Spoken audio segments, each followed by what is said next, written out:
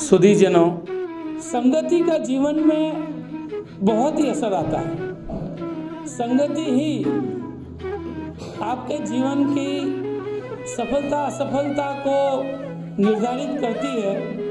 साथ ही आपका जीवन किस तरीके से चलेगा, आप कैसे रहेंगे, आपका परिवार कैसे रहेगा, उन सब बातों को सुनिश्चित भी संगति करती है। एक बार पुराने जमाने की बात है, जब बंजारे लोग गांव-गांव जाकर के बिजनेस करते थे, व्यापार करते थे। उस समय लाखा बंजारा नाम के एक व्यक्ति का नाम बहुत ही आता है। वो लाखा बंजारा जो था वो बहुत ही प्रसिद्ध व्यापारी था। उसका बहुत बड़ा व्यापार था।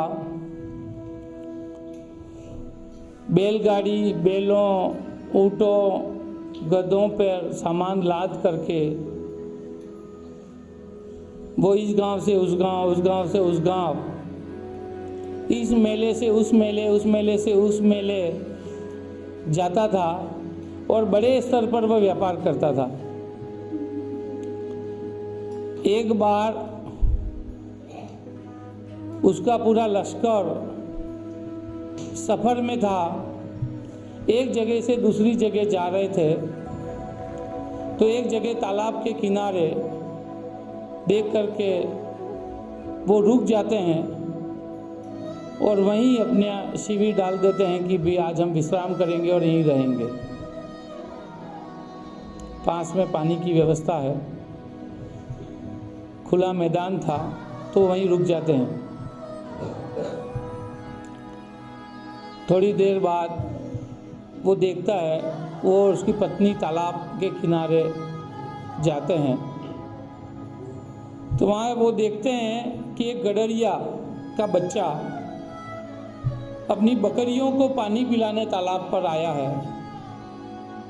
उसकी बकरियाँ उस तालाब में पानी पी रही हैं और वह बच्चा भी तालाब में पानी पीने लगता है।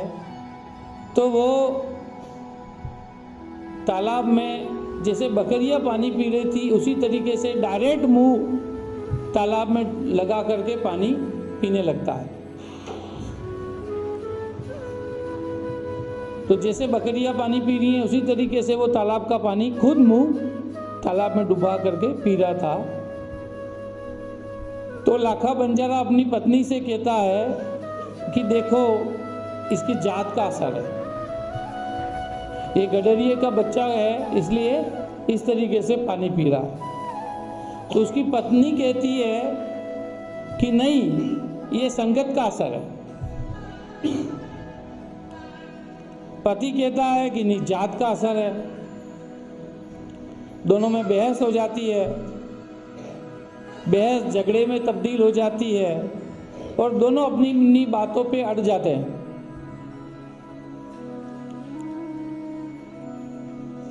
जब विवाद ज़्यादा बढ़ जाता है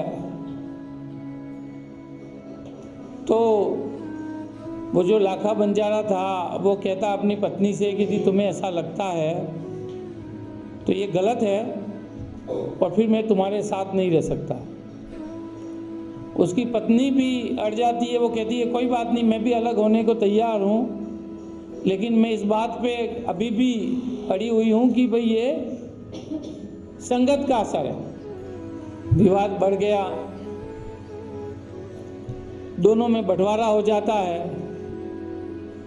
लाखा बंजारा अपनी पत्नी के हिस्से में कुछ गधे, घोड़े, बैलगाड़ी का जो सामान था वो उसके हिस्से में छोड़ करके वो वहाँ से निकल जाता है, अगले गांव की तरफ कूच कर जाता है। उसकी पत्नी अपना सामान, कुछ नौकर चाकर, और वो वहाँ रुक जाते हैं।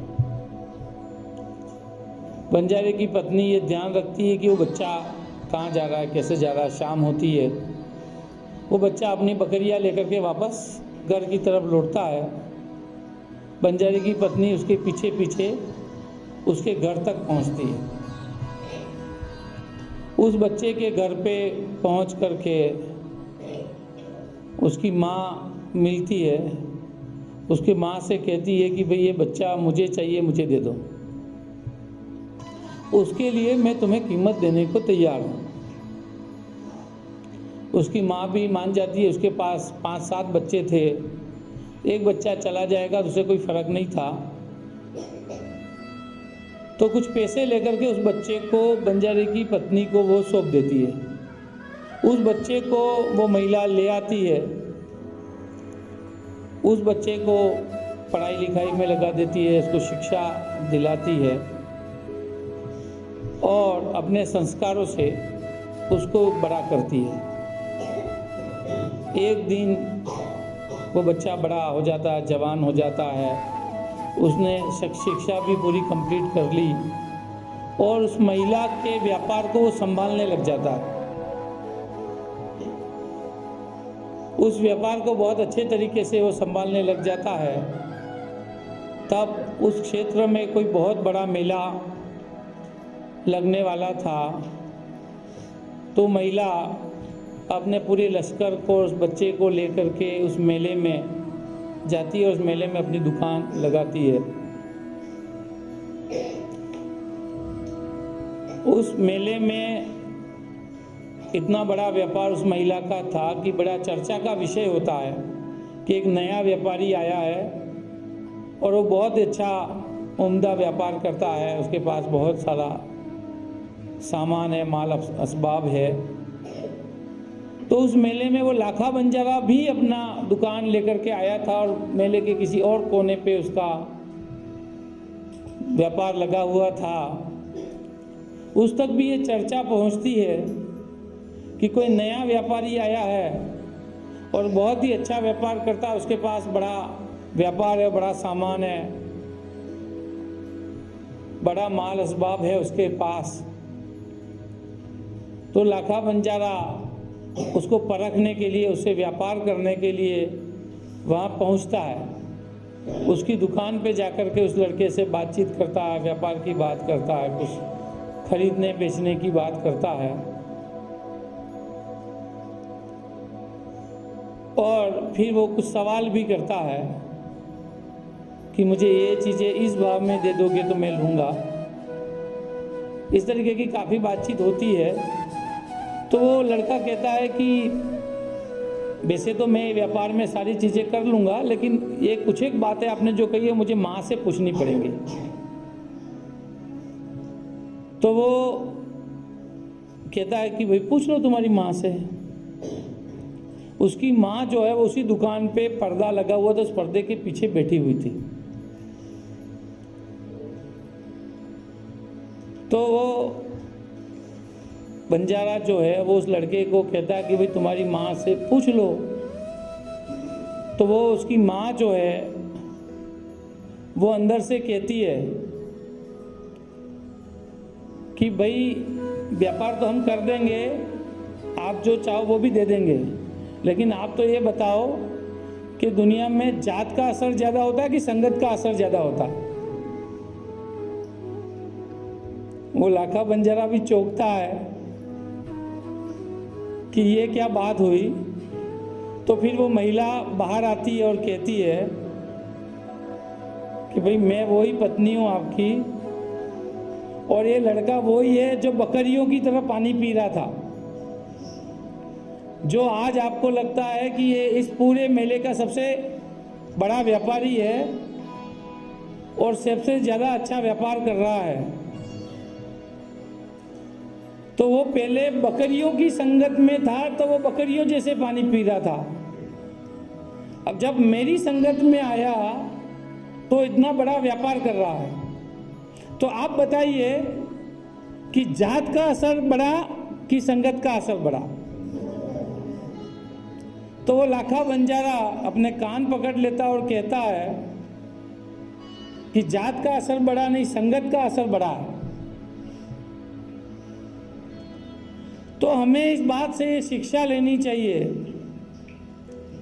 कि हम चाहे किसी भी जाति, धर्म, परिवार, गरीब, अमीर, कहीं से भी पैदा हुए हैं, लेकिन हमारी जो संगति होगी उसके अनुसार ही हमें सफलता मिलेगी, उसके अनुसार ही हमें हार जीत निश्चित होगी, उसी के अनुसार हमारा जीवन आगे के जीवन में कटने वाला है। क्योंकि आपने बाय बर्थ, बाय जन्म जो प्राप्त किया है, उसके बाद आपकी संगति ही एक ऐसी चीज है जो आपको किस दिशा में लेके जाएगी, वो संगति तय करेगी। तो आपको हमेशा ये ध्यान रखना है कि मेरी संगति किस व्यक्ति के साथ है, उसके विचार किस प्रकार के हैं, वो किस प्रकार से सोचता है, खुद क्या करता है, खुद का कार्य कैसा है, खुद का जीवन कैसा है, उस बात को आप देखिए। उसके खुद के विचार निम्न स्तर के होंगे तो आपके विचार वो कैसे बदल सकता है, आपको अच्छे विचार कैसे दे सकता है। तो आपको क्या करना चाहिए, अपनी संगति को बदलना चाहिए। यदि आप ऊपर जाना चाहते हैं, आप श्रेष्ठ बनना चाहते हैं, आप सर्वश्रेष्ठ बनना चाहते हैं, आप अपनी जिंदगी को, अपने जीवन को उन्नति की तरफ लेके जाते हैं, तो आप क्या करो, अपनी संगति को बदलो। आपकी संगति ही आपको ऊंचाइयों की तरफ लेके जाएगी।